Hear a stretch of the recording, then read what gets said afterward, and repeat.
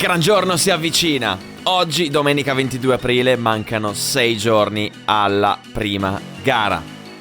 Oggi sarà il test ufficiale in cui proverò la moto insieme a tutti gli altri piloti del campionato e sarà una giornata fondamentale perché potrò per la prima volta misurarmi con i miei diretti avversari.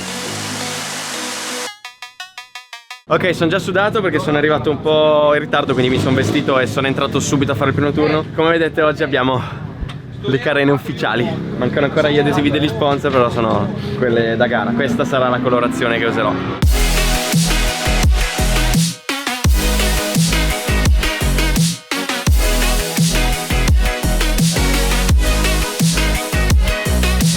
E poi da oggi abbiamo un piccolo upgrade che avrò per tutte le gare.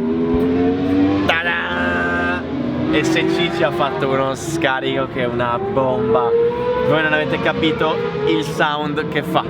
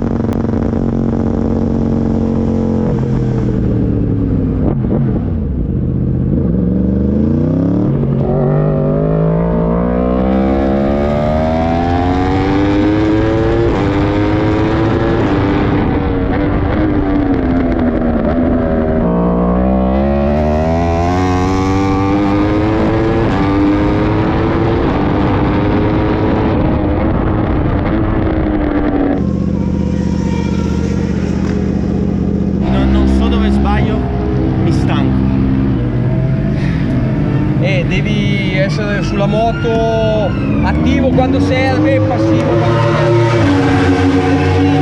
La marcia, rilassa il muscolo, poi vai. Devi trovare quell'attimo per riprendere le forze e ridare, perché sennò si c'è più tensione, capito? Devi amarsi.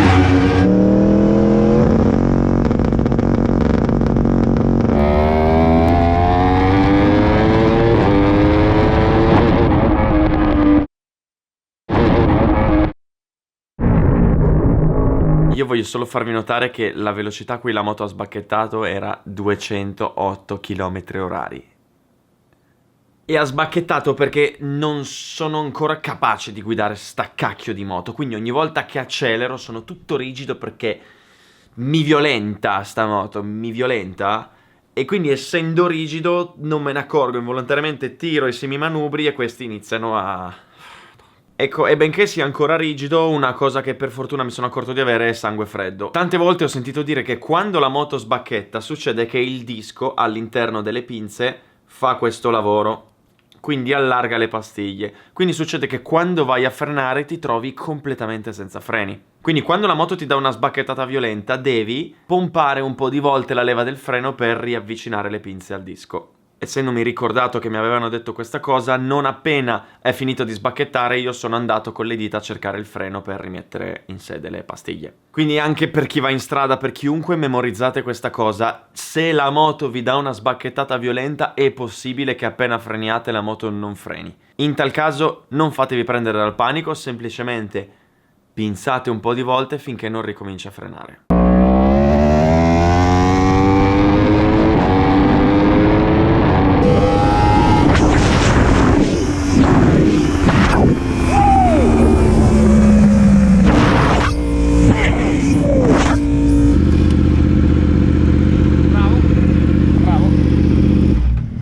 Abbiamo già sfugginato il 14. 14,7. Sì, sì. Figa. Ok, molto soddisfatto di questo giro. Ho tirato giù tanto. Mercoledì avevo girato in 16,4, oggi ho girato in 14,7. C'è da dire che con la pista nuova secondo me si tira giù tra 1 e 2 secondi solo di pista. Ok, la novità della giornata è che hanno cambiato una curva della pista. Quella che state vedendo adesso è la versione vecchia in cui ho girato nello scorso video. Come vedete si arriva, si frena, si entra nella curva 5. Questa variante strettissima a sinistra-destra, poi si resta piegati per andare nella curva 7. Adesso praticamente hanno fatto una striscia d'asfalto che dalla 5 taglia direttamente verso la 7. Quindi si entra veloce nella 5, non si fa più la variante, si frena e poi si entra nella 7. Ed è un po' un trauma, non riesco ancora a capire come farla.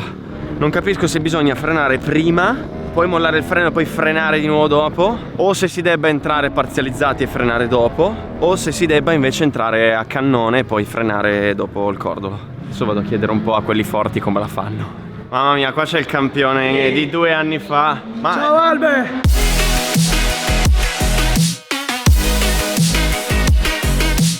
Ma stai girando? Sì, ci ho provato. Hai capito come si fa la curva nuova? Ma così bisogna buttare subito Dai, fuori che stronzo. tutti i segreti, cioè. No, dai, comunque da fare un po' di volte, da provare un po' di volte. Non lo dice. Comunque si corre per vincere. Quindi se un pilota impara un segreto che gli fa andare un pochino più forte, non è che lo fa dire ai suoi avversari. E anche se Roberto corre in un'altra categoria, quindi non siamo avversari diretti, non mi viene a dire i segreti che poi li metto nel video e li vedono tutti quanti. Terzo finora, mamma mia. Tanta roba qua, oh! Mamma mia. Fammi vedere dove nasca. Di Lessi, No, devo andare in alto. Io ho notato che in questa classifica mancano tutti i più forti, perché ovviamente non mettono il transponder il giorno dei test. Il transponder non si mette mai. Ecco, cosa voglio dire con questo? Che sempre ritornando al discorso di strategie, i piloti più forti nelle giornate di test precampionato non montano il transponder sulla moto. Il transponder è quel dispositivo che rileva il tuo tempo e alla fine della giornata ti dà i tempi. Questo perché? Per non far vedere ai loro avversari che tempi stanno facendo, quindi per coprire le carte in attesa della gara. Quante strategie che si scoprono. E io invece, pollo ovviamente, sì, transponder, faccio vedere il mio tempo a tutti.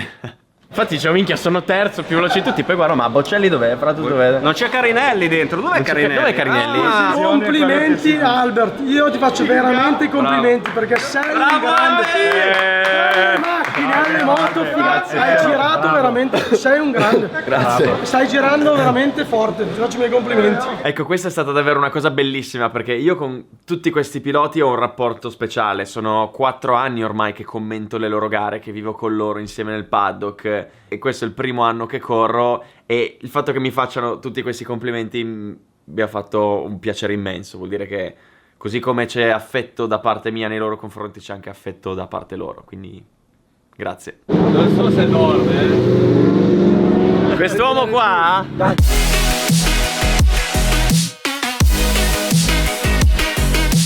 che io ho commentato le gare per tutti questi anni. Intanto ancora Palladino qui in lotta con Vitiello. Dentro! Gli si è chiuso l'anteriore. Gli si è chiuso l'anteriore, avrà fatto 3 metri con l'anteriore chiuso, ragazzi. Siamo sempre stati amici, ma adesso no, l'amicizia è finita, perché il mio compagno di squadra ma il mio avversario numero 1. Maledetto, al primo turno mi ha già dato 3 decimi. E c'è anche lui che deve togliere ancora un po' di ruggine, ma poi...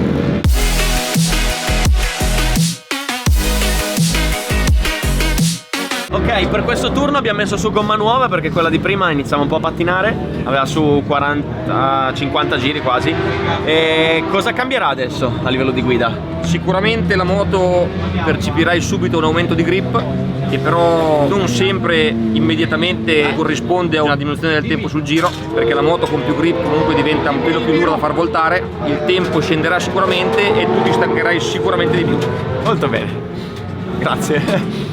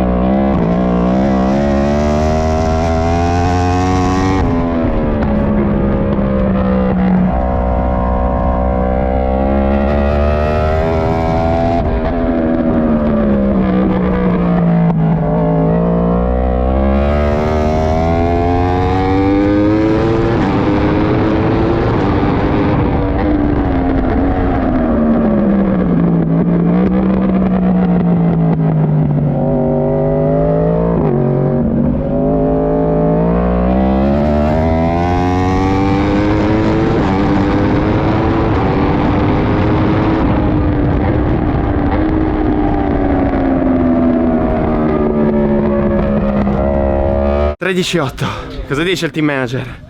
Io sono contento, anche perché ti stai stancando meno. Bravo, Sì. bravo. Lui non è contento. Max non fa un cazzo bene.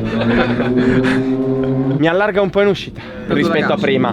Non so se sia perché ho più grip dietro. Lui fa sì con la testa, quindi... Sì, Albert, è proprio così. Ok. Quindi devo dare più gas. Se ce la fai dai pur gas, quello non è mai troppo. Ora traduco per i meno esperti. Con la parola grip si intende tenuta. Quindi più la gomma ha grip, più è incollata a terra. Meno ha grip e più scivola. Io fino a quel momento avevo guidato con una gomma che aveva già tanti giri alle spalle, circa una cinquantina, quindi naturalmente era consumata e scivolava un pochettino. Nel momento in cui ho messo la gomma nuova, mi sono trovato ad avere una gomma posteriore con molto grip, quindi incollata a terra. Cosa succedeva? Che in uscita di curva, nel momento in cui acceleri, il posteriore tende a scivolare un pochettino. Quindi se questa è la moto e la curva è di là, se il posteriore scivola, vedete che la moto gira verso la curva. Quindi un posteriore che scivola un pochettino ti aiuta a girare meglio. Un posteriore con tanto grip invece ha come vantaggio che puoi accelerare molto forte e sta incollata a terra, ma ha lo svantaggio che la moto gira meno. Quindi nel momento in cui io ho girato con gomma usata e quindi avevo preso dei riferimenti, appena entro in pista con la gomma nuova quei riferimenti si sono un po' spostati, perché io facevo le curve nello stesso modo e la moto girava meno ma allargava un po' di più. E sta qui la bravura del pilota, ovvero nel riuscire ad adattarsi in un istante alle nuove condizioni della moto, delle gomme, della pista. Quindi una cosa fondamentale che ho imparato oggi è questa, che quando entro con gomma nuova la moto chiude meno la curva, quindi devo modificare leggermente le traiettorie e accelerare più forte per far girare la moto. Esperienza.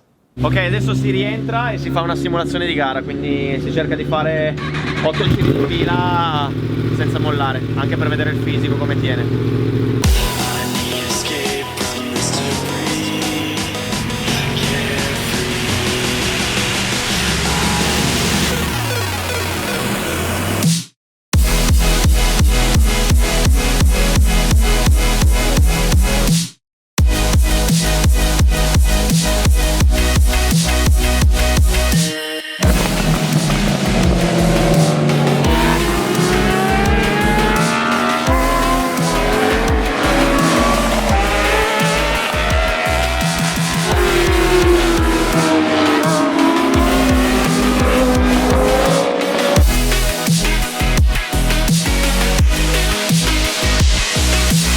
Fa un caldo schifoso, alla faccia di aprile, sto grondando sudore, ho bevuto 4 litri d'acqua. La simulazione gara mi ha ucciso.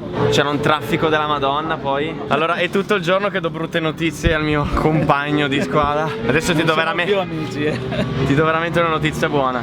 Quale? Io non reggo 8 giri. Bene, bene, questo è positivo, purtroppo neanch'io però. Ah, va a cagare che guardi i tempi dell'anno scorso, il martello eri, quindi ci passo tutti i giri. Adesso non riesco. Ho fatto 15, 15, 16, 17, tutti sorpassi perché... Sì, c'è troppo traffico adesso. Infatti sono Sì, uscito- come guida ci siamo, è il fisico. Devo capire come fare ad avere più resistenza, davvero faccio una fatica disumana e perdo un po' di lucidità. Manca una settimana alla gara, io spero di arrivare pronto fisicamente. Coi tempi ci siamo, col fisico. Boh. Che correre in moto fosse uno degli sport più faticosi al mondo me l'avevano detto. Ma mi hanno anche detto che appena si spegne il semaforo però l'adrenalina non ti fa sentire più nulla e scopri di avere molte più energie di quanto pensassi. Non nascondo che, benché i tempi siano molto buoni, sono molto preoccupato per la prima gara di campionato. Come andrà? Lo scopriremo tra 6 giorni.